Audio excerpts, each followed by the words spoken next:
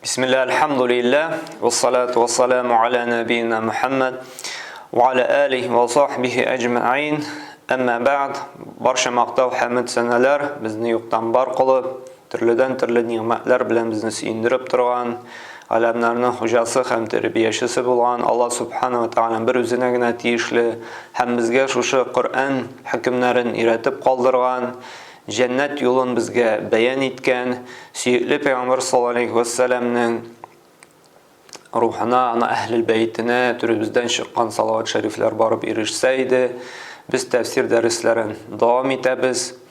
Hem biz 101. sure Qari'ah suresinde to'xtalgan bugungi dersimizde şuşu surenin kıskaça gana tefsirin, anlatmasın, andağı bulgan faydalarını qarab getirbiz. Qari'ah ul kıyamet gününün bir ismi. Arap tilinde qara'a ul suğu, biqqatu suğu deb tercüme etiler. Həmələ biz mənə aldığı ayətlərdə də alacaqız. Zəlzələ surəsində mənə qiyamət günü başlarının aldından bir qatı suğu, yəni bir qatı şunda yer titrəv olacaq. Həm yer titrəgəndən sonra bütün nərsələr indi işilib yer bilən tigizlənəcək. Həm Qari'ahda mənə şul qiyamət günü nişik başlana, nindi xəllər olacaq. Şunun qaybır meselelerini bizge beyan kıla. İn birinci Allah subhanahu wa ta'ala ite el-Qari'ah. Allah Teala şu kıyamet günü bilen ant ite. Biz indi bilebiz Allah Teala nerse bilen tili şunun bilen ant ite. Ama nerse deydi gale aldığı derslerde adam balasıyla Allah'tan başka bir kim bilen de ant itirge tiyiş tugul. Çünkü Peygamber sallallahu aleyhi ve sellem nerse deydi kimde kim ant itirge tilese ol Allah bilen yine ant itsin ya ki bir nersede deşmesin dedi. Şuna göre biz her vakitte da birer sözümüzne, birer amelimizni rastlısınız kise vallahi Allah bilen ant item ya ki billahi tallahi deyip gene özümüzün delillerge tiyiş biz haklılığızına. Hem Allah Teala bunda Kur'an'da hem gümümen nerse bilen tili şun bilen ant ite. Hem bunda da yine ol el-Qari'ah dey. Şunda kıyamet günü bilen dehşetli, korkunç gün bilen ant itemdi. El-Qari'ah. Şundan sonra indi sıra bire. Mel-Qari'ah. Nerse son kıyamet günüdür. Nindi gün kıyamet günüdür. Allah subhanahu wa ta'ala indi o zaman da nindi gün oldu kıyamet günüdür. Hem üçüncü ayette ise ve ma edrake. Hem ve hem ma sıra bire. Nerse son şulay bit nerse degensiz edrake bilu degensiz. Edri min bilen edri.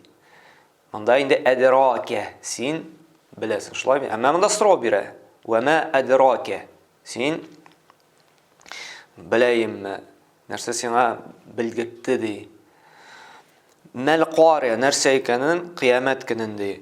Hem nerse sana de bilgitti de şu kıyamet gününde gün ikeninde. Allah subhanahu wa ta'ala bunda sıra bire. Sen nerse bildirtti de. Bileyim mi? Nindi gün oldu kıyamet günüde. Hem Allah subhanahu wa ta'ala şu sıravdansın iki sırav bildi bitini mel qari'a nerse ol kıyamet günü. Sen nerse bildirtti de şu kıyamet gününde gün iken. Allah Teala indi cevap de bire. Yevm. Yevme deyip kile. Yevm nerse ol gün deyip tercüme ettiler Arap dilinde. Şulay bil. Yevm bilgisiz ki nindidir gün. Yevm. Ama eğer de elif artikli kire iken biz Arap dilinde bitini ötebiz. Tecvid kaidesinde de el tarifi kire iken konkretlaştıran. Şulay bil. Bulsa isimle. Bunda da eğer de el yevm deyip kire iken demek bugünkü günden anlatır. Yevm bilgisiz ki el kirse el yevm bugünkü gün. Allah Teala ite yevme de yekunun nasu. Yani o günde de yekunu bulaşaktı. Nerse ol bulaşak? Kimler? Nas. Nas kişiler deyip tercüme ettiler. Şolay insan kişi, nas kişiler köplük sanda. O günde de kişiler de bulaşaktı. Kel ferashil mebthus. Feraş. Nerse ol feraş? Vakku belekke Arap dilinde feraş diler. Vakku belek. Nabitin jeykini kurabız şunu. Vakkına şirkiler. Şolay bit vakkına kubelekler. Şübirler. Alar yaktılıkka kile. Lampiçkılar kırında şalar. Uşak kırında bir katı şübirler. Alar bilseler de шушы ушакка кирип жанасын, алар барыбер хаотичный тегенде үзләре дә аңламаслык кая барып бәрелергә белмичә шушы утка кирип яналар, шулай бит? Чөнки алар белмиләр нәрсә, ничек аңлап бетермиләр. Мәбсус таралган ди. Шундый күп булыр ди. Карагыз, ничек итеп Аллаһ Тәгалә чагыштыра. Ул көнне ди, кыямәт көнендә кешеләрдә вак күбәләкләр кебек таралган булырлар ди. Шуңа хәтлек күп булырлар ди. Менә ни өчен соң Аллаһ Тәгалә монда вак кичкенә генә күбәләкләр белән чагыштыра? Чөнки бу дөньяда Аллаһ Тәгалә Адәм баласына шушы бөтен җиһанны буйсындыра, шулай бит? Менә кояшы да чыга кемнәр өчен? Адәм балалары өчен. Шифалы яңгырлар да ява. Ни өчен? Аллаһ Тәгалә Адәм балаларына буйсындырган. Шушы бәрәкәтле җирдән нинди генә тәмле, матур, файдалы ризыклар чыкмый, шулай бит? Бөтенесен Аллаһ Тәгалә буйсындырган шундый акыл заты кешеләргә. Һәм фикерле, анализлы, чагыштыра. Шундый кешегә Аллаһ Тәгалә бөтен галәмне буйсындырган. Шушында галәмдә булган бөтен нәрсә хезмәт итә Адәм баласының мәслихәте өчен. Әмма кыямәт көнендә Адәм балалары шушы загыйф, вак күбәләкләр кебек булырлар. Вак күбәләкләр инде иң загыйф мәхлукатлар, шулай бит? Алар белсәләр дә янасын, алар кая бара? Утка бара. Шулай бит? Һәм Адәм баласы да нәрсә булганын аңламыйча кыямәт көндә шушы вак күбәләкләр шикелле нәрсә булган аңламыйча тегендә монда бәрелеп сугылып йөрерләр ди. Шуңа хәтлек күп булырлар, вак күбәләкләр булыр ди. Беренчесе, димәк, кеше инде в растерянности рушайтсак. Каушаудан, куркудан шушындай көндә нишләргә белмәсләр. Вак күбәләкләр кебек. Ва такунул җибалу хамди такуну булачакты ва хам дигән сүз җибал таулар дигән сүз. Кәл-ихни, ихн дигән сүз мамык дигән сүз. Нанфуш тетелгән дигән сүз. Менә элекке заманда исегездә булса, әбиләр янында утырганда, әбиләр сарык җынын тетәләр, шулай бит? Чүпләреннән чистарталар. Һәм шушы тетелгән җынны, сарык җынын инде әбиләр шулай итеп үйеп куялар. Тау шикелле өелә иде ул. Аннан соң инде шуны җеп итеп ясап, шуннан җиннаскиләр бәйлиләр. Ягъни сарык җынын шулай итеп тетәләр иде. Һәм шуны куйгач, шуны йомшак басасың, шуның хәтлек йомшак, шуның хәтлек рәхәт була. Менә нинди карагыз, дөньяда нинди зур таулар бар, таштан өелгән. Кем Мәккә Мәдинәдә булганы бар, хаҗда гомрәдә ул күрә, андагы таулардан сүтеп гранит ясыйлар, шулай бит? Таштан алар. Шуңа күрә дә менә Мәккәдә бит җир тетрәвүдә булганы юк, була да алмый, чөнки ул таш таулар җирнең плитәләрен шуңа хәтлек нык итеп тотып тора, җир селкенә дә алмый. Шул таштан булган тауларда бөтен биеклекләрдә җир шарында бар бит. Менә шуңа хәтлек каты җир тетрәүдән бөтен нәрсә тип-тигез булачак. Һәм ул тигез генә түгел, менә шундый йомшак тетелгән йон шикелле булачаклар. Йон. Мамык кебек булачаклар. Уйлап кына карагыз, нинди каты җир тетрәү булырга тиеш, шуның хәтлек таулар, шуның хәтлек биналар, җир шарында булган биеклекләр, башнялар тигезләнеп мамыкка әйләнсен өчен. Уйлап кына карагыз, нинди каты тетрәү булачак. Һәм без шушы тетрәүгә нишләргә тиешбез, әзерләнергә тиешбез. Яки нинди куркыныч. Әле монда каядыр ишетәбез җир тетрәү булганда, ничәдер бина ишелә шулай бит. Инде күңелгә курку керә безнең. Дуга сорыйбыз, Раббым сакласаң иде, шушы кешеләргә җиңеллек бирсәң иде, безнең илләребезне, йортларыбызны шушы җир тетрәүләреннән сакласаң иде. Ә монда бөтен җир шары тигезләнәчәк, мамыкка әйләнәчәк шушы җир тетрәүеннән. Аннары нәрсә булады?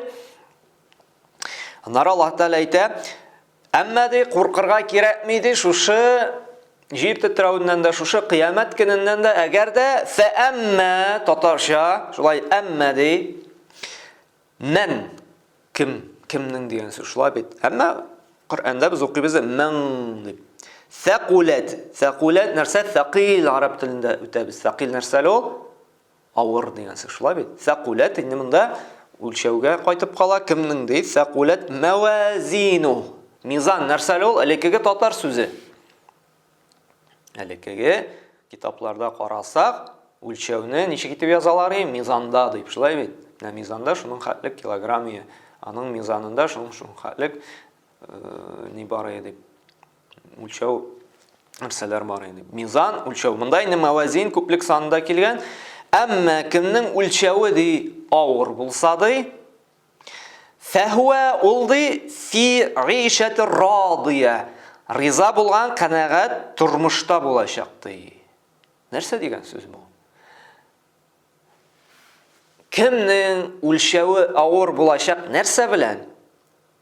Изге, игелекле, яхшы, хәерле, Аллаһы Тәгалә риза һәм канәгать булган сүзләр һәм гамәлләр белән үлчәүебез авыр була икән. Аңа ди ул канәгать булган тормыш булачак ди. Галимнәр аңлата, ул канәгать булган тормыш нәрсә ул? Җәннәт. Димәк, кыямәт көне куркыныч булмаячак. Кемнәргә? Кемнең бу дөньяда изге гамәлләре күп булып, шушы мизанга куйгач, үлчәүгә куйгач, гынаһлы гамәлләренә караганда авыррак булса, бу кеше инде уңышта булачак, утышта булачак, җәннәттә булачак. Аллаһ Субханаһу ва Тааля да икенче А'раф сүрәсенең 8-нче аятында да әйтә: "Фәмән сәкулат мавазинуху фәулаика хумул муфлихун" ди. Кемнең ди үлчәүләре ди авыр булды ди, алар ди уңышта булачаклар ди.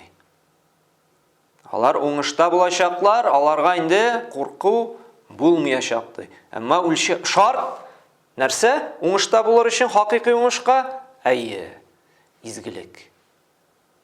5 вакыт намаз, Рамазан айында ураза тоту, садака бирү, әтиәнеңне хөрмәт итү, күршеләр белән яхшы муамәләдә туру, туганлык җепләрен саклау, һәм башка мохтаҗ мискиннәргә ярдәм кылу сузу, Аллаһның диненә өлеш кертү, Аллаһның сүзен күтәрүгә әз булса да ярдәм итү. Бөтенесе шушы изге гамәлгә керә.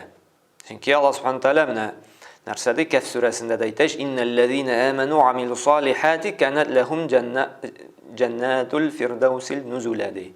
Кемнәрдә иман китерделәр һәм игелекле, хәерле гамәл кылдылар ди, аларга ди фирдаус җәннәтләре булачак ди. Һәм аларында мәңгелек калачаклар ди. Менә бу да инде дәлил булып тора. Кемнәр шушындай иман белән изге гамәлләрне чалбыр кебек бергә бәйләп бара икән, димәк инде ул нишләячәк? Риза булган канәгать тормышка эләгәчәк. Монда сорау туа. Ярар, кыямәт көнендә аңладык. Мизан булачак, үлчәү булачак. Без кыямәт көненә иман китерү дигәндә шанырга тиешбез шушы мизанга, үлчәүгә гамәлләребезне Аллаһ Тәгалә инде куячак. Кая? Үлчәүгә. Бу дәлил булып тора. Шушы Кария сүрәсе нәрсәгә дәлил? Кыямәт көнендәге үлчәүгә. Сорау монда туырга мөмкин. Менә бит имансызлар да, Аллаһны юк диючеләр да, атеистлар да, дингә ышанмаучылар да бар. Алар да бит изгелек кылына. Аларның изгелекләре үлчәүгә куелмасмы ди? Алар да бит изгелек эшли. Алар да яхшы гамәлләр кыла. Нишлек алар ул көндә хәсрәттә буларсың алайса? Монда галимнәр аңлата, алар бу дөньяда кылган изгелекләре өчен савапны бу дөньяда инде алалар. Чөнки беләбез, миллионерлар да үзләренең тренингларында, шулай бит китапларында язалар. Хотите разбогатеть? Делайте пожертвования. Шулай бит? Байсыгыз килсә ди, күбитеп садака бирегез ди. Күбитеп иянәчлек белән шөгыльләнегез ди. Сездә закон природы таков ди, кто больше отдает, тот больше получает ди. Шулай бит? Алар да ул законны бик яхшы белә. Аллаһ Тәгалә дә пәйгамбәрбез аша белгертте. Күбрәк биргән саен Аллаһ Тәгалә күбрәк бирә сиңа. Әмма алар аны менә монда да әйткәндә дә нинди ният белән бирәләр? Бу дөньяда шушы акчаларын чыгаруда нинди ният? Бу дөньяда савап алу, бу дөньяда керем алу, бу дөньяда байып калу, бу дөньяның рәхәтлеген күреп калу. Аллаһ Тәгалә кылган изгелекләр өчен бу дөньяда биреп кала аларга. Әмма кыямәт көндә бер нәрсә дә булмаячак. Ни өчен? Чөнки алар кыямәт көненә гомумән ышанмадылар. Кыямәт көненең ялганга чыгардылар. Шулай булгач ышанмаган кешегә ничек инде савабы кыямәт көненә калсын. Шуңа галимнәр әйтте, нәрсә диде? Аларның бу дөньяда кылган изгелекләре өчен Аллаһ Тәгалә бу дөньяда инде биреп бетерәчәк. Кыямәт көндә калмаячак. Һәм Аллаһ Тәгалә нәрсә диде? Ва амма ди мен кемнең хаффат җиңел дигән сүз. Мавазину үлчәве. Кемнең инде үлчәве җиңел булачак? Ягъни яхшы, игелекле, хәерле гамәлләре әз булачак. Аларга нәрсә булады? Фа уммуху аның анасы ди, аның кайтар, сыеныр урыны ди, хавия. Хавия җәһәннәмнең бер исеме. Җәһәннәм булачак ди.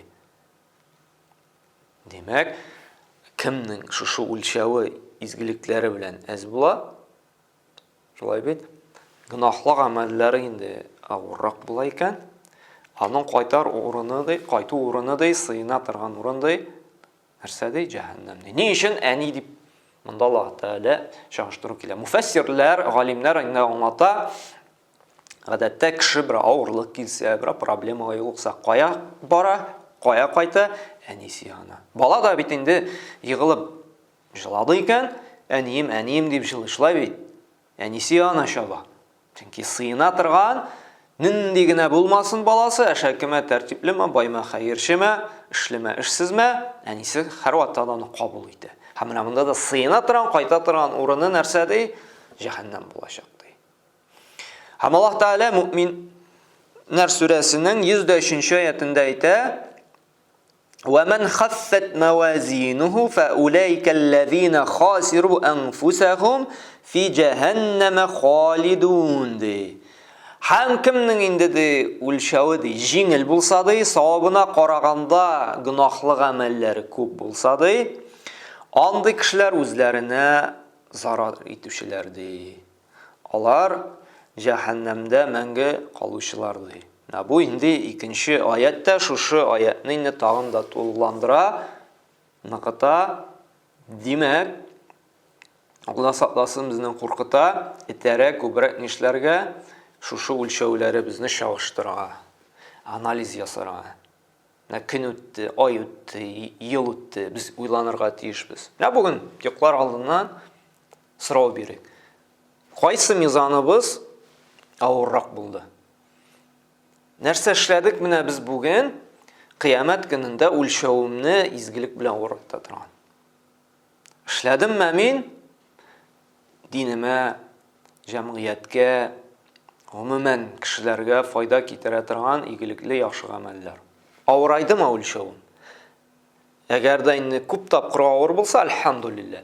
Әгәр дә инде киресенчә безнең инде намазда укылмаган икән, уразада тотылмаган, дин эшендә бернинди гамәл эшләмәдек икән, җәмгыять эшендә берни файда китермәдек икән, һәм гомумән буш икән, безгә инде кайгырга, уйланырга кирәк. Чөнки бүгенге көндә әле безнең хисап юк.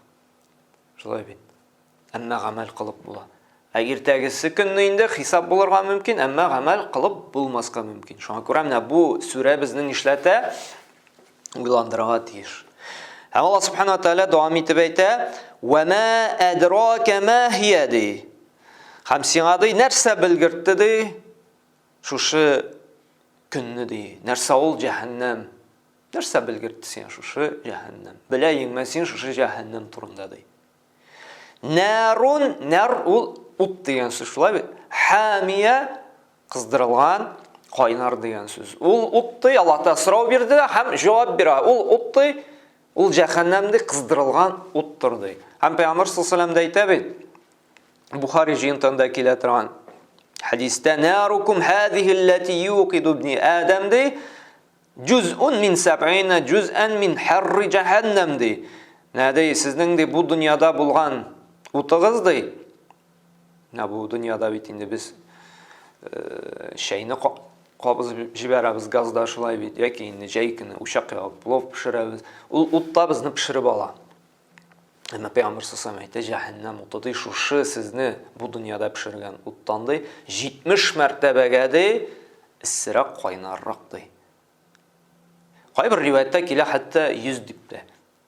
Мен Бухарида килгән риваяттә 70 мәртәбә уйлап кына карагыз, без бит иншә куйганда бармак кына пешереп ала шулай бит. Без секундта тота алмыйбыз. Җәһәннәмнең кайнарлыгы ди, җәһәннәмнең исселеге ди 70 мәртәбәгә ди issерәк, 70 мәртәбәгә кайнаррак ди. Бу безне нишләтергә тиеш? Уйландырырга. Кая без барабыз? Менә бу Кария сүрәсе димәк нинди файдалар чыга? Беренчедән без билдек кыямәт көнендә нәрсә булачак. Кыямәт көне бик каты кеше күп булачак, һәм алар кая барырга белмичә, кая барып сугылырга белмичә, бик каты инде киң таралган күп булачаклар һәм бик каты инде җир тетрәү булып, бөтен нәрсә тигез бер җиргә әйләнәчәк, мамыкка әйләнәчәк. Һәм кыямәт көндә безнең үлчәү куелачак. Ул үлчәүдә бөтен нәрсәдә билгеле булачак. Кайсы гамәлләрне күбрәк кылдык. Шуңа күрә динебез чакыра нишләргә? Гамәл кылырга. Эш эшләргә. Нинди эш, нинди гамәл? Гынахлымы, фәхишме, бузыкмы, яманмы? Юк. Аллаһы Тәгалә риза һәм канәгать булган саваплы, изге, игелекле, хәерле гамәлләр. Шуңа күрә Аллаһ Субханаһу ва Тәгалә барчабызга да инде тауфик бирсен иде, шушы сүрә белән вагазланып, үлчәүләребезне авырайтырга. Илке вакытта әбиләр дә әйтәләр бит, шулай мизаның авырайдымы әллә дип. Берәр эш кушаларда ялкауланып йөрисең икән, нәрсә? Мизаның авырайдымы әллә? Үлчәүң тулдымы әллә? Дип әйтеп куялар. Шулай бит илке вакытта. Әбиләр дә инде беләләр шушы кыямәт көндә үлчәү барын. Шуңа күрә дә кайгыртып, үлчәүбезне игелекле, хәерле гамәлләр белән тутырырга Аллаһ Тәгалә һидаят, тауфик бирсен. Субханакаллаһу бихамдик, ва ашһаду ан ла илаһа илля анта, астагфирука ва атубу илейк.